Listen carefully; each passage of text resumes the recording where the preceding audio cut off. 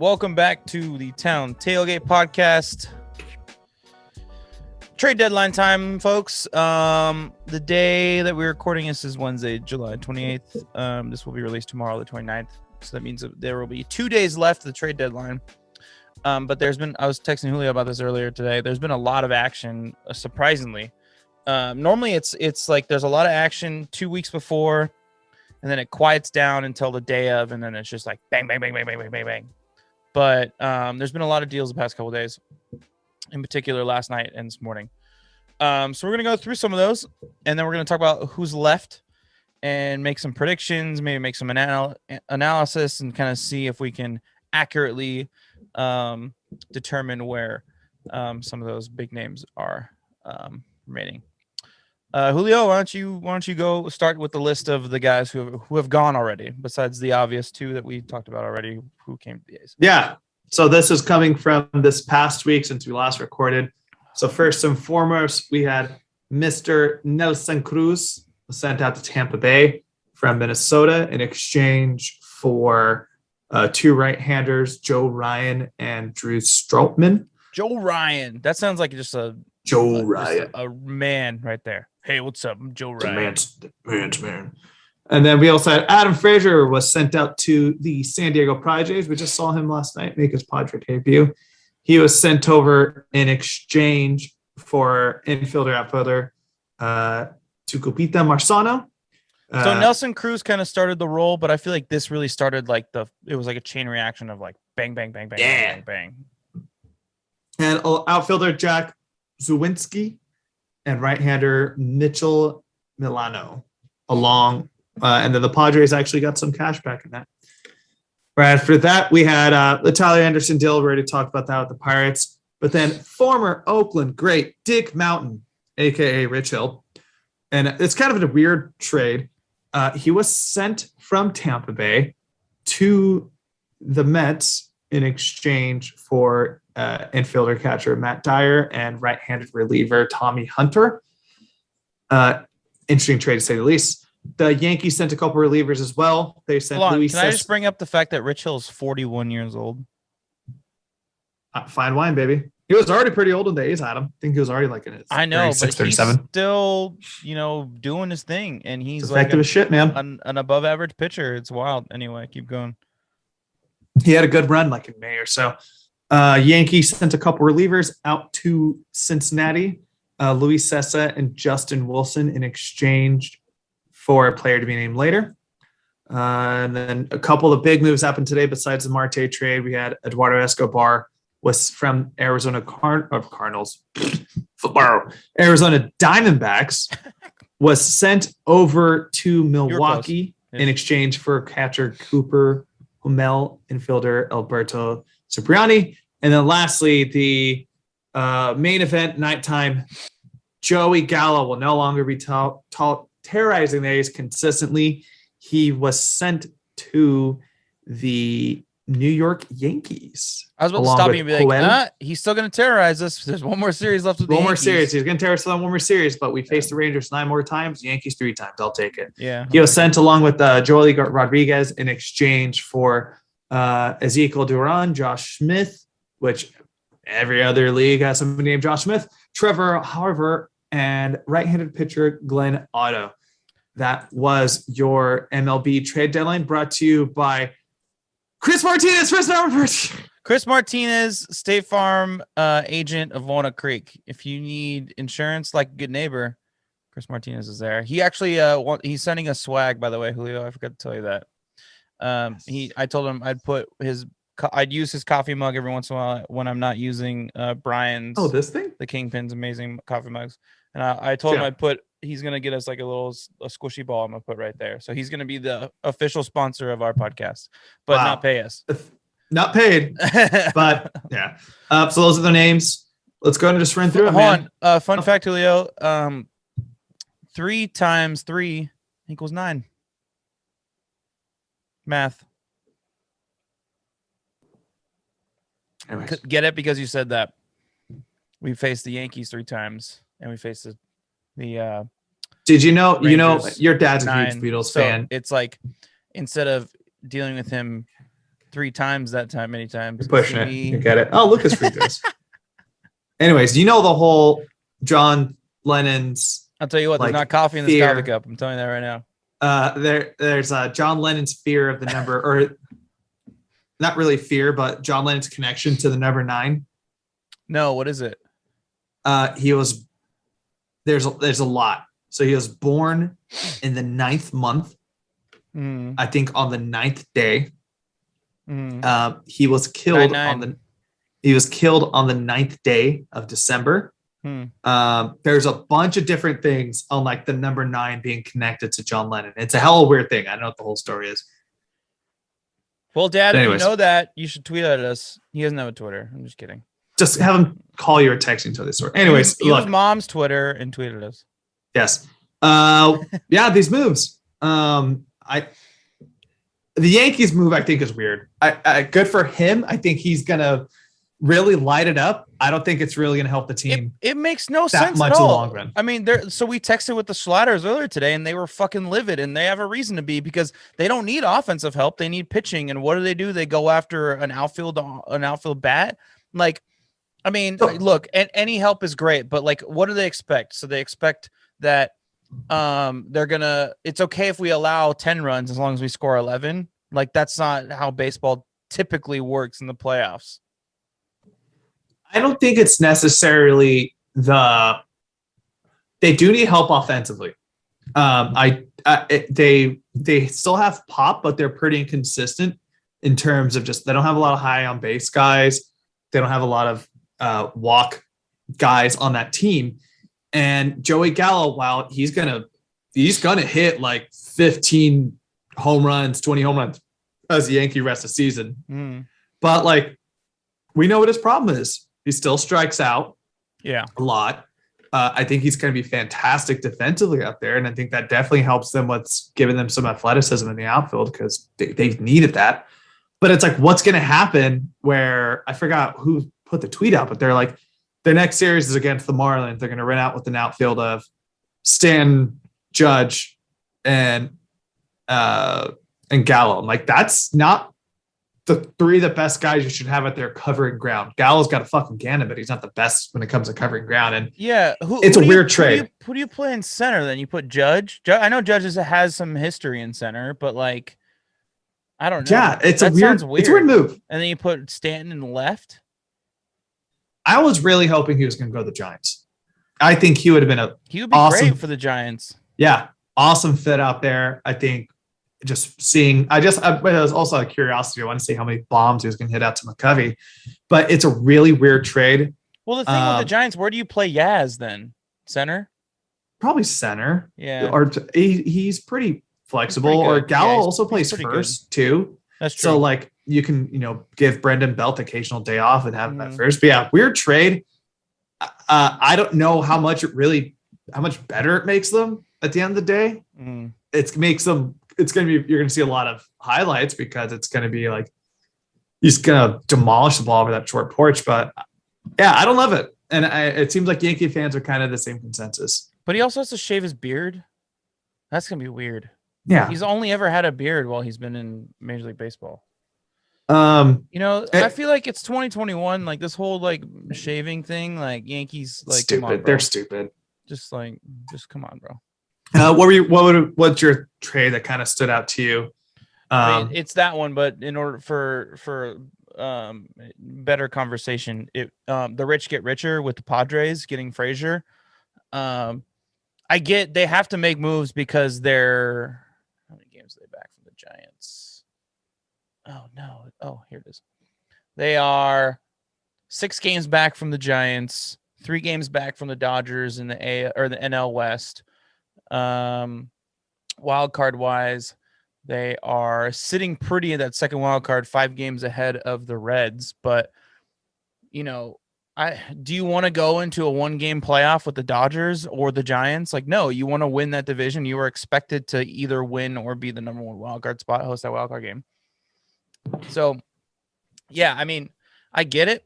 They already have a really talented roster as it is. It's clearly quite not enough for some odd reason. But I don't know. That was a weird. I would have thought I mean, they're still looking, so a starter would make sense. To even tack up more on that stacked rotation that is kind of underperforming this season. Blake Snell, cough, cough. But is he? But yeah, I don't know. I was just confused by it. And then I thought about it and I thought about where they're at in their standings, and I'm like, okay, it makes sense, but like it still doesn't. I don't know the logistics behind it, Just So more the rumor is Hosmer's gonna get traded. Yeah, And that he's gonna be a part of a salary dump. Which so then you put Frazier at first. He's a second baseman though, right? No, you'd put Frazier at second and Cronenworth would be first. But as we saw today, because the A's kind of benefited out of Cronenworth's inexperience at first, he doesn't look as Eric Hosmer's a Gold Glove first baseman, dude. Yeah. Like he's not, his bat's not there. He hasn't been that great this year, but like he's fantastic defensively still to this day. So it adds depth. I think any team that I don't think they're done. We're going to talk a little more. I am going to talk about that a little bit more later. Yeah. I mean, one of the main guys out there, they're definitely probably going hard after. Before we jump into predictions, who do you think made the best move of all these people? All these teams? I think us, but yes, actually, yes. Absolutely, dude. Absolutely. I think that they just made a huge jump. And if this is the team that they stay put with, I'm not upset. Again, more humor in this conversation. It's not to us. I think Tampa, because I think that they got exactly what they needed, and it just adds to that already very good, very talented team. And I think are they in first, or they're in first, right or they are in first, maybe right? Somewhere around there. No, Boston's in first. Let me see. They're behind by 2.5 games. I mean, this makes this a really competitive division now. And I think this puts pressure on Boston to try and make a move with one of these guys left over. Although offensively, I don't know where they need help. We'll talk about that in a second. Okay. I really like Eduardo Escobar to the Brewers. We've talked. That's a good one too. We're big Brewer fans over here. We love that rotation. The offense has really underperformed for most of the part this year. Yeah. By adding an everyday third baseman now, I think it really kind of puts them over the top. I still see them as kind of the dark horse to take. We talk a lot about all these NL West teams, but I wouldn't be shocked if the Brewers are the ones who are going to come out on top at the end of it, especially if Yelich can come back and turn it around. Dude, him and Adames on the left side of the infield. That's got to be awesome. That's going to be top 5 in baseball. Right? Yeah. Really, really good move by them. And plus, if you need to give Adames a day off, you need to give, I don't know who's starting at second right now. I know Hura has been up and down, but if Eduardo, you can put him all over the infield and he can play wherever. And I think he plays some outfield too. So fantastic move by the Brew Crew. All right, Chris, we're going to play everybody's favorite game that we just decided to make up right now. Predictions and shit. Yeah, blips and chats. That's a new segment that we're introducing. We kind of did it last year, but it's called Predictions and Shit with an N, not an and, for those of you out there who are wondering. Yeah. We're going to predict the remaining heavy hitters or big names of the deadline. Julio, let's say what the names are first. I think we should just give them all. No, yeah. Well, okay. So we got, according to us, some of the big names off in the trade market. Us, but just like baseball culture. Like this is not like if another guy that's not on this list gets moved, that's a bigger name than this, like we would be shocked. Exactly. So we got Mr. Trevor Story, Max Scherzer, Greg Kimbrell, Chris Bryant, Anthony Rizzo, Javi Baez, Trey Turner, and Byron Buxton. Actually the entire Cubs roster, and then Trey Turner, Byron Buxton. So we actually lost a couple guys here because we initially had Gallo and Escobar, and then we had to update the doc throughout the day because they got traded. So I'm gonna add Kyle Gibson in that mix as well. Cool. Yeah. So for listeners, we tried to have 10. We do a pre-show meeting the day before our show. We had 10, and then 3 of them got picked up today. So yeah, this is where we're at. Awesome. All right, Chris, I'm going to throw it to you first. Trevor Story, where's he going, man? You don't have to get too in depth. You could just say, yeah, because this. Okay.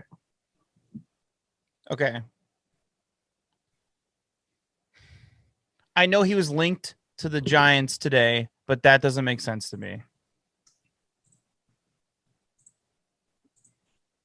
Because Longoria is coming back. According to my friend Jesse. Crawford. According to my friend Jesse, Longoria is coming back, but I've heard that he's coming back for the past 2 months. But Trevor Story is a shortstop. Why does it make a difference? You could play him at third base. He's probably going to be an upgrade from Longoria in theory. Okay. He can play shortstop. He can play third base. This isn't like an unheard of move that we've seen before. What? He's definitely not going to play short. I mean, Crawford's probably better. Oh man, this is fucking hard. He's not going to go to the Dodgers. I know the Dodgers have been rumored with him too, but that doesn't make any sense either. Does that make sense to you? Depends on what's going on with Seager. If his injury is worse than we thought. I'm going to say Houston. What? Yeah, I don't know why, but I like that idea. Oh, no. No, that makes no sense. Third base. Here, I'll just say mine. I'm going to let you there either. I'm going to let you think about it because I have a team in mind. Because I'm trying to think I'm trying to think he can play middle infield / like left side. Like there's some the teams that are linked to him, like they all have shortstops damn near. You know? So like obviously they're thinking that he can play somewhere else and he's willing to do that, it sounds like. I'm going to say the White Sox. Dave, your boy Nick Tim Magical. Anderson. But their rumor is he's going to play second. One of those two is going to play second, and they've been missing Nick Magical for some time. I think he's done for the year. He's done for the season. Yeah, so they got a big gap in second base. I don't think there's any major second baseman available right now, and I think it's probably the best upgrade for them. So I'm going to go Trevor Story to the White Sox. What about Philadelphia? Okay. 4 games behind the Mets. Who's their shortstop right now? Didi Gregorius. Is it still Didi? Yeah, but I think it's a good landing spot because that's an upgrade from Didi, and Didi can play anywhere in the infield.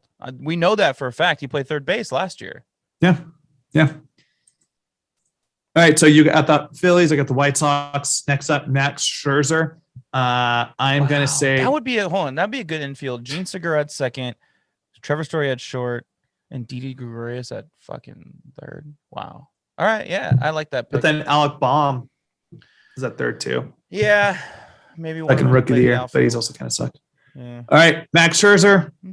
My bold prediction, I think is going to the Padres. I think the Padres are going to probably offer the best package available to the Nats. I think he would be willing to re-sign there because they're willing to spend. And if they do that, maybe they'll catch up. I don't know, but that makes most sense to me. What about you? My prediction's the Padres, but I just want to bring up the Dodgers. It makes sense for him to go to the Dodgers. They just lost Trevor Bauer.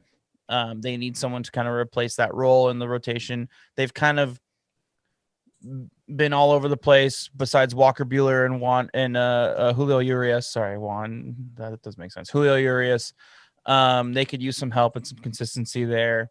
And he would just exactly replace that role that Trevor Bauer left. So I could see them going hard after him, but I do think he's going to go to the Padres because I think the Padres proved with the Adam Frazier deal that they're really going all in. Yeah, absolutely. Again, what they did last season, but they have all the prospects to do it. They can fucking manage it. Man, they still have Mike Clevenger coming back next year. Oh my God. They're going to be so good for so long. Okay, keep going. No, that's what we thought they were going to be with Blake Snell, and he's been ass. Yeah, but maybe it's one bad year, and then Clevenger comes back next year, and they're just like, they got Darvish, they got Clevenger, they have Snell, they have. Anyway, keep going. All right, next up, Craig Kimbrell. We actually going to have a set of Cubs we're going to be talking about in a minute. Craig Kimbrell, I think he's going to be ending up in the city by the bay, and he's going to be a San Francisco Giant. The Giants have been having bullpen issues for what seems like since 2016. And I think if they still haven't figured out the true closer. I know Tyler Rogers or Taylor, which one is that? Isn't it Taylor Rogers? Yeah, pretty sure. But it seems like they don't have a solid closer situation. I think he would be excellent in that role. So I'm going to go with Craig Kimball. I'm going to go with the other city by the bay. I think he becomes an Oakland A. Oh, you bitch. Yes. I still think he does. I don't think that David Force is done. And I think that if you would have asked me yesterday, I would have been like, okay, no, like Andrew Chafin was that guy. But I think that after today's big Marte move shows that Billy and David Forrest are not done. Like they want a championship contender team. They want the division. They do not want to play in the wild card. And I don't know how many more series we have with the Astros, so that might be a little bit tougher in order to gain some ground on I want to say maybe one more series. Yeah. Not a lot because we played a majority of the games with them already. Yeah. So we'll, but there's still a shot. We've seen worse. The Astros in 2004 were back by like 8 games or something like that going into August, and they made up that ground and won their division and went to the World Series. It's stranger things have happened. And I think he's a perfect fit. And I think he's going to the A's. I really do. And I think that we have some capital left to entice the already clearly fire sale Cubs. Just excited for everybody in right field, the bleachers, just to do the arm thing that he does, his wind up. All right, Chris Bryant, next up. I was going to say the Giants, but I think the Mets are going to make the move to kind of put them over the top and really take that division. They have a glaring need at third. They're willing to pay up. They're willing to trade some prospects, and really, I think they could extend him at the end of it. And I can see him in that as a Met for a long time. I like the Mets, but I'm kind of like intrigued towards the other team in New York. The Yankees? Kind of, yeah. I don't know why, but I just feel like the Yankees they're just going to be that stupid and go for another bat as opposed to a starter. I mean, this would have made more sense than Joey Gallo. Yeah. Yeah. And I think if you're going to do that, pretty much you're going to give up on Gio Urshela, which I think that's a massive upgrade. And you know what? You might think that's crazy, but now that you talk to yourself and me into it, I think that's actually a solid trade. I think that's a really good landing place. I mean, they need a shortstop more because Gleyber Torres has been a massive disappointment, but Gleyber's been fine. Do you want? He's coming along now. Do you want to see his stat line? Because I looked it up when I was. He's on my fantasy team. I know enough of that. Thank you very much. He's coming around since I picked him up. But so when the 4 Trains made that comment on our Twitter, I decided to look up some Gleyber Torres stats, and you'd be unimpressed. Pretty much, he had that one good year, the All-Star year, when Jed should have gotten it instead of him. And then it's been hitting 240, dancing around under 10 home runs, and he has barely 30 RBIs this season. So, there's that. Yeah. Next up, another Cub, Mr. Anthony Rizzo. I think he's going to Beantown. I think he's going to be a member of the Boston Red Sox. This is a tough one, man. And I think, dude, if they make this trade, also, I don't think I texted to you this other day. The World Series favorites for the Boston Red Sox. Ready for this? Plus 1,100. Still? I think, dude, I might have to play. Yeah, I'm this weekend. Yeah. Oh shit, you are going to Tahoe this weekend. Mm-hmm. Yeah, do it. I think that's a fantastic deal. And then Giants are 1,400 as well, which that one's a little shaky, but it's like the AL seems still kind of like a crapshoot still, like we talked about from day one. So, but if the Red Sox make this move, everyday first baseman, yeah, I think they'll win it. Oh, I don't know, man. I don't know. No one needs a fucking first baseman except for like maybe the Giants, but I mean the Red Sox. Bobby Dalbec's not the guy right now. I wanted to change. I didn't want to go different from you. Is what I kind of want. Oh, I see what you mean. I'm gonna go the Giants because we've been similar a lot the past couple of times, and the Giants could. I mean, that would be an upgrade from Brandon Belt, and that would be an everyday first baseman. Oh, so, don't tell that to Giant fans. Dude, you don't want to. You think I give a shit what Giants fans think? Brandon You think Belt? I give a shit what Giants fans think? Do you think I give a shit what Giants fans think? You're not wrong. They've been latching on to their World Series run for too long. Sorry, it's time to move on. Maybe Joey Bart is a part of this deal, and then you go all in on just Buster riding out his career at catcher. Yeah. Do you think or do you think that's too much? There is another catching prospect there. I feel like Joey Bart might be too much for. I don't know. It's fucking Anthony Rizzo, actually. Yeah, Joey Bart is like they're saying like he's probably going to get moved in any big time trade. The Giants are going to make, but we'll see. Next up, Javi Baez. I think he's staying. I think he's going to be the one guy to stay in Chicago.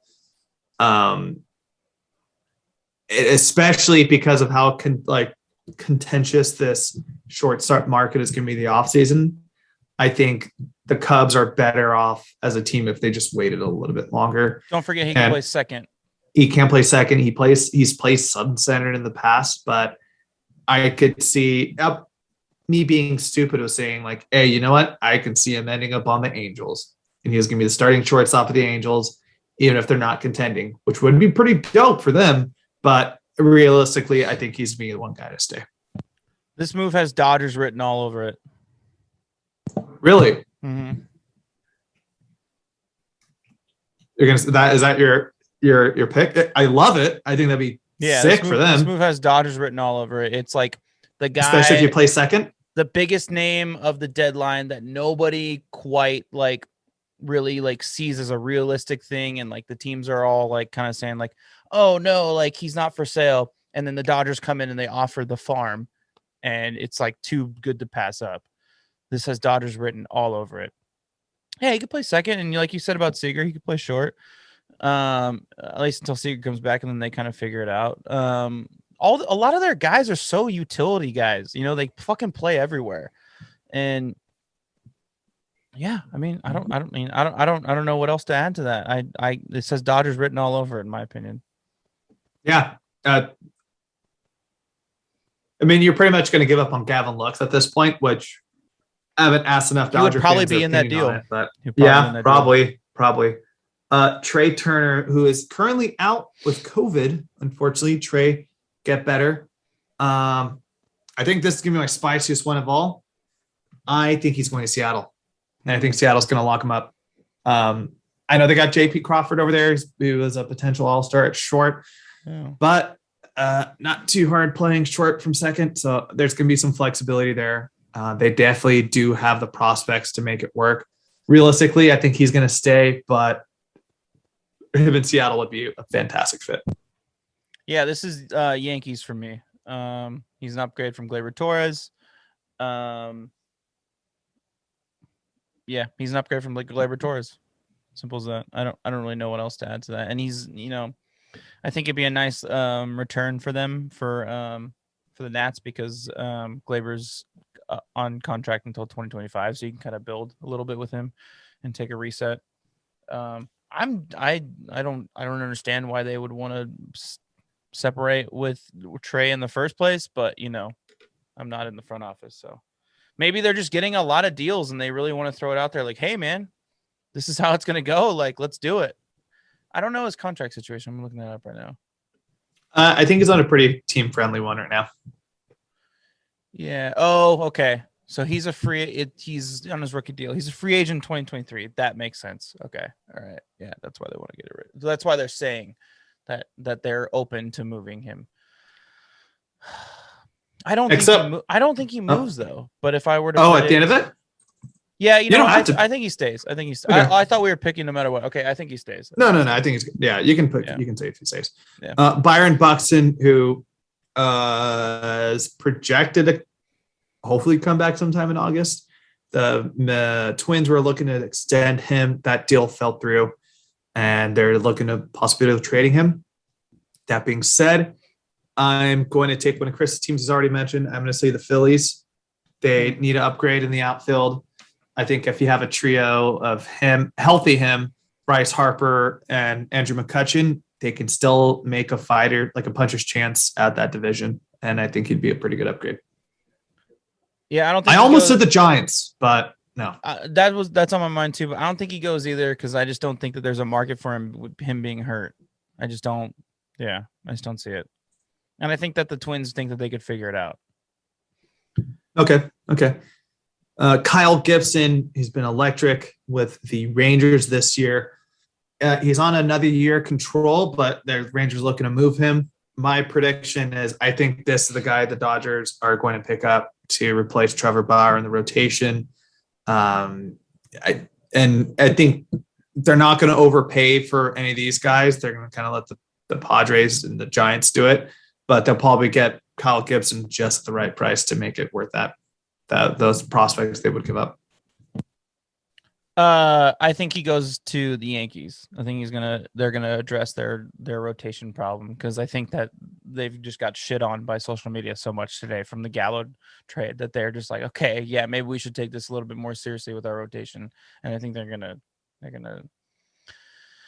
go for the best starter kind of on the market. Besides Max. Yeah. So I think it's him. Okay. And last but not least, Mr. Jose Berrios. He's been out having an off year in Minnesota, like pretty much the whole franchise has. He's been on the chopping block. I'm going to say the Astros are going to make it. I don't want it to happen. He can really shore up that rotation. But we'll see. The guy's he's pretty much the Twins version of Luzardo in a way. Whereas, like, there's been some seasons where he's just like brilliant, like this guy's gonna be their ace, and then the following season just falls off a cliff. So we'll see whoever does pick him up, if he does stay or not, what to make out of it. What you got? I saw him linked to the NL West that the Giants and the Dodgers were going heavy after him today. And those were, I think that was Ken Rosenthal, and they were like specifically he listed those two teams. So it's gonna be one of those two teams. I think that the Giants are gonna go heavy after it because they sounds like could use a little bit of pitching help. Their rotation is, I like Kevin Gausman. They have some interesting pieces, but this would be an upgrade. So Johnny Cueto, bro. What, you got a problem with Cueto? Johnny Cueto's been good too. Yeah. No, he has been good. I like him for the Giants in general. He's like a kind of like a lower key like name, like kind of floats on the radar, and those are the type of guys they typically get at the deadline. Guys like wasn't Vogelsong a deadline guy? Well, no, I know Jake what's his face was Vogelsong wasn't, I don't think. Jake starts the P. Oh my God. McKee? No. Oh, Jake Peavy. Jake Peavy, guys like that. And then they come to the Giants and they just fucking crush it. So I can see him being one of those guys. All right. Now, before we wrap up this segment, David Forrest, somebody asked him if the A's are done. He, more or less paraphrasing here, saying they're done making major moves like this size, but he could see them still kind of filling in those little empty pieces. To quote, he said, "We're still going to be taking phone calls and sending some phone calls in the next 48 hours."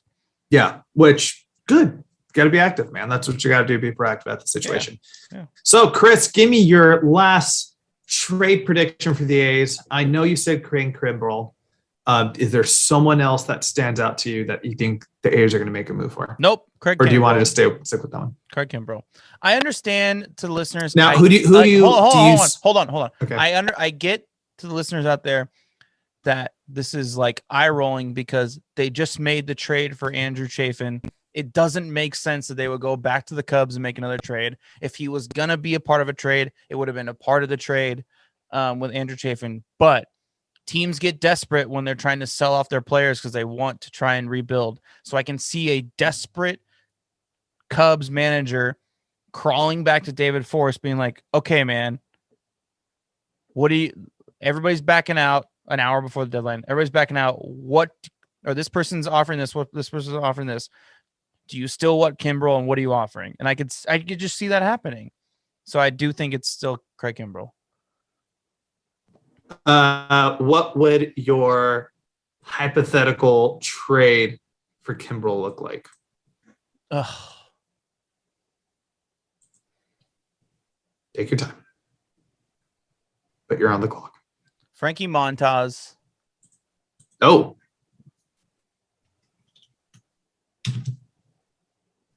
Logan Davidson. Robert Pousson. Okay. So heavy on the prospect side. Frankie's going to be kind of interesting because it's like, who's going to fill a slot unless they make a starter prediction with that one. Yeah, that's the shitty part about that. So I think that's what kind of would kill that deal. But unless you had AJ Puck healthy, which he's not. So No. I don't know. Yeah, maybe not Frankie. I don't want to put Dalton Jeffries in there because I feel like that's an important part of the future. But I don't know. I feel like those other two prospects are solid, though. I feel like that's a reason. No, absolutely. I think there. that's going to help them in the long Tyler run. Soderstrom's going anywhere. I think he's playing too well. No, not at all. My bold prediction is I think they are going for a closer, or at least closer or a arm in that back end area. But I think they're going to stay in division. Back end. Sound like Ian Kennedy? No, what's the Pete Davidson skit? Chad on SNL. Yeah. Okay. Okay. Yeah. Okay. Rafael Iglesias. Oh, he's been. Didn't see that coming. Yeah. Iglesias. Has he been linked to anybody? He is on the trading block, or his name has been rumored as a part because, as is tradition with the Angels, you get a guy for 1 year and you end up having to trade him. Yeah. But he's been a name that's been linked for some time. And I think that would be a really great fit to really solidify that bullpen, whether he takes over the closing role, whether they're going to stick with Trevino and he's going to be like a setup man extraordinaire. I think this would be the move that I can confidently say after that happening and be like, cool, we're going for it. Like him or Kimbrel, I really don't think Kimbrel's going to happen. But if they can get somebody of that arm talent, I'm like, all right, they're going for it this year. Could you see them trying to make an upgrade at second base? They don't need one, but could you see them just like overcompensating and trying to? They really don't need one. Jed has been a lot. He's been he's been good all season, but he's been like exceptionally good lately. His average has gone from 240 to 263 in 2.5 weeks. So I've thought about it, but because I think they could have some more depth in the middle infield. And the biggest thing has just been like the whole Chad Pinder situation. We haven't heard anything since he's been put on the injured list. We don't know what's going on next with him. And it feels like Tony Kemp plays every day in some way, shape, or form. Yeah, and I think honestly, Tony Kemp has probably been one of the bigger surprises this year, how effective he's been throughout the season. And that wear and tear is going to get to him eventually, you would think, right? If he's he's taken 2 at bat a game because he's going in left field or he's going in shortstop, he's going in second base, giving some relief. I don't know. Yeah, I think so, but I think that's going to be the guy to stay around. But I don't think it's going to be I don't think it's going to be super expensive to pick up Rafael Iglesias. My bold prediction is they're going to give up Paul Blackburn, who's just pretty much chilling out there in AAA. I know he got DFA, but no one picked him up, right? Yeah. I think he's going to be a part of that trade. But what else did I give up? Yocto? I'm going to say Paul Blackburn and Logan Davidson. I know the Angels infield, they're set for the longest time with Fletcher, and I think he extended. But then shortstop, they're going to have a glaring need. Jose Iglesias is going to be a free agent in the offseason. And I think Davidson plays both middle and yeah, spots. yeah. And honestly, I think that's a pretty manageable trade. You're not really blowing up your farm for some guys, the farm that really doesn't have much going for it. I think that really sure up the back end of the pen. Whew, I'm tired. That was a lot of talking. That was good. That was a solid list. All right, let's wrap it up, ladies and gentlemen. We are going to be in Anaheim this coming weekend. Unfortunately for me, I'm going to be out of town. Otherwise, I would have gone to that game. Are you going to one of those games, Julio? I might go Sunday, but there you go. You might go Sunday. I'm going. Xavier and Jackson might go Sunday, so maybe you'll see them. No shit. Okay, maybe I'll link up with them. Yeah. But I'm actually going to Dodgers Astros Tuesday night. Oh, nice. Hell yeah, I'm gonna boo the shit out of them. Go Dodgers. But yeah, let's go blue for that one. Oh, you're done. Okay. Yeah, and then then next week, we're with the Padres again. This time at home. 2-game series to wrap up the 4-game of the NL West little thing that we're going on here. Julio, who is your player of the week this week? Hard to pick one because we sucked, but who's your player of the week? You know what? Recency bias. Annihilator. Damn it. Suck it. Think about it. Well, that's why sometimes you just don't throw it to me sometimes if you know there's somebody you really want to go to. Son of a bitch. That's who I was going to pick. So for listeners, he starts writing it on our rundown as we're doing it, and it's just upsetting. Yeah. Sean Manaea. I tweeted it earlier, and our boy, not really our boy, he's going to be our boy at some point. Dallas Braden has said it. If he can hit mid-90s fastballs, like that's it. You're not going to hit it's good luck. And that's what happened today against the Padres. He only gave up 1 hit. The pitch count did go up a little bit high, and that's kind of why he got taken out a little bit earlier than anticipated. He's been racking up the strikeouts lately, yes. Dude. The last 2 starts, he has 22 strikeouts. Like, fucking hell. 13-9. Like, it's insane. Yeah, he's been excellent this last few starts. And this is what we need, man. I think today, the A's scored 10 runs, 11 runs? They scored 10-4. Yeah. 10-4, buddy. But it just showed the news came through hey, the A's are making moves, and all of a sudden just a spark plug came off in this team with this offense. But I know Blake Snell's been terrible, but he's been pretty great at home. So for them to get to him like that, behind Manaea, confident. So really big confidence booster. Sean Manaea, you're my player of the week. Okay, I'm doing research while I'm talking to you because you stole mine, and I was confident that was going to be mine. So I'm weighing between. You know what? Elvis, I think hold on. I'm weighing between Elvis Andrus, and I appreciate you helping me stall, and Mark Hanna. I'm going to pick Mark Hanna. He's making a little nice. That was your guy too. Was it my ETT last week? Yes. No, that was mine actually. I'm sorry. Yeah. No, mine. I think mine was a disappointment. Oh, well, yeah. Yeah, kind of. Anyway, all right. I'm picking Mark Hanna. Hitting 304, sorry. Only 5 strikeouts, 7 hits, and 7 walks. He's doing his thing again. He's back to normal, back to form. And I can't even wait to see what it's going to be like with Starling Marte hitting right behind him at number 2 spot, because that's just a different presence that you get in the lineup that pitchers have to take. So maybe they're going to pitch a little bit differently to Mark, and maybe he's going to be more patient and get more walks. Either way, he's doing great. Proud of you, buddy. That's my secondary player of the week, since my original one was going to be Sean Manaea. Angels tickets are currently $9 with Ohtani pitching on Sunday. What the fuck? Yeah, I'm gonna go. I'll figure it out. What time is it? $9. Is it a day game? It's a day game. So day games at Angel Stadium's brutal. But what time's my flight on Sunday? I'm down to go to 3. Ooh, really? I'll pick you up from the airport and we'll go. Yeah, if it's that early. Maybe I can move it to Long Beach or something. Hold on. Or Burbank. And then it's not till 5. Fuck. All right, never mind. Well, we tried. That would mean that my parents have to wake up hell early, drop me off at the airport in Sacramento. It's I would rather gamble all night on Saturday night in South Lake Tahoe. I don't blame you.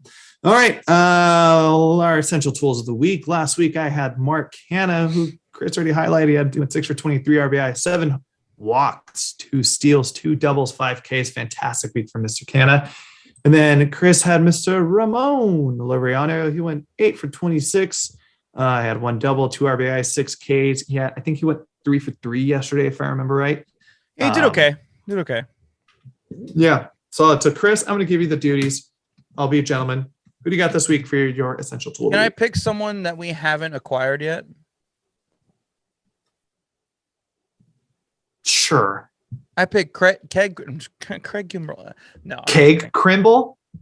Craig Kimbrell? No. I'm going to pick Starling Marte because I think that his presence in our lineup is going to be crucial to see what it has in store for us in the future. Remember that first week when Tommy LaStella came there and he just like lit it up? He had 0 strikeouts. He walked like 5 times and was like, I don't know.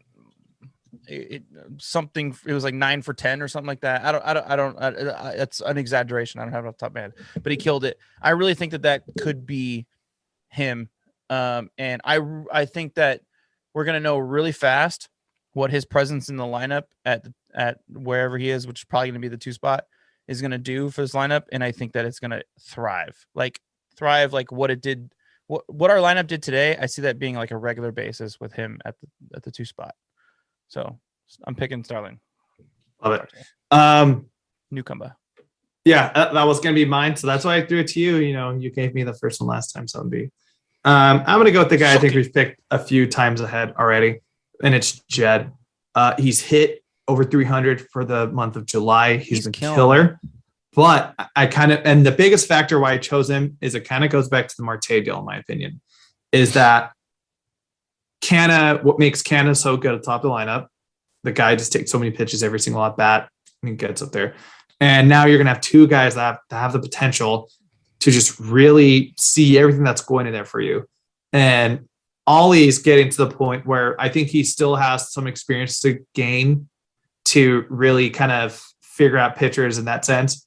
But for someone like Jed, who's a 10+ year major leaguer at this point, the guy's seen it all.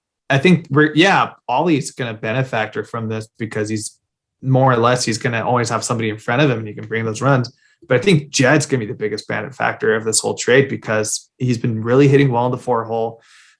He's found the fucking fountain of youth, man. And I know we talked when we had Alex from Ricky Henderson blog and when we had Jason from Locked On.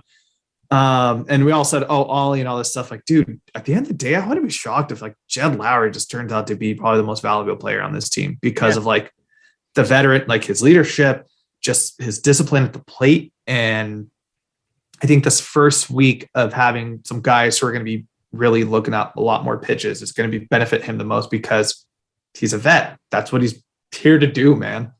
He has such an important role and there's a lot of pressure on him with that. And I feel like, the leadership role of his, there has been some pressure taken off of him with the acquisition of Elvis Andrus, which is great.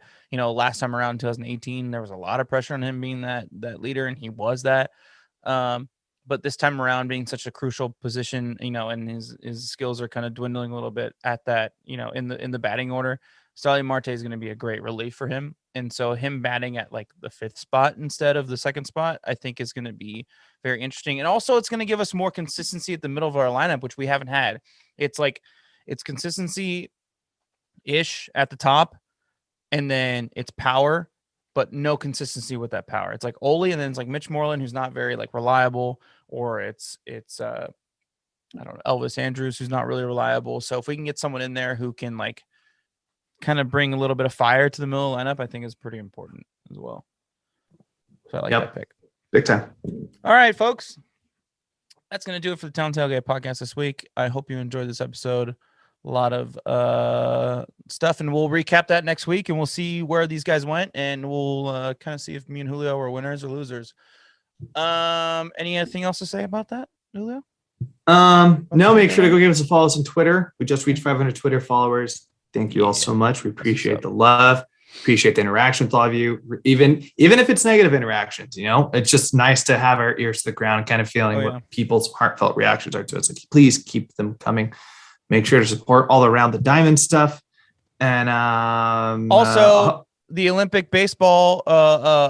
Baseball at the Olympics started yesterday, but Team USA, which is why I'm wearing my Team USA hat. For those of you watching on YouTube, I've been wearing this whole episode. They have their first game on Friday.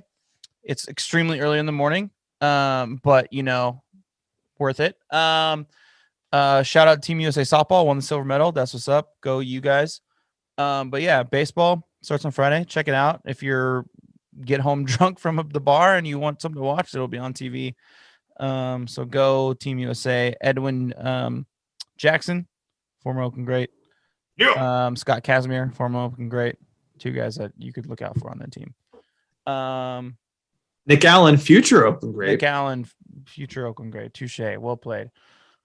Last but not least, Julio, unless you have anything else to say. In Oakland, we got a Marte party going, baby. Let's go, Oakland. Is that Marte party going on at Linden Street Brewing, where Andrew Chafin is sitting there sipping on beers and talking about Andrew Chafin hosted the party, and then the Marte party started. Boom. Let's go, Oakland.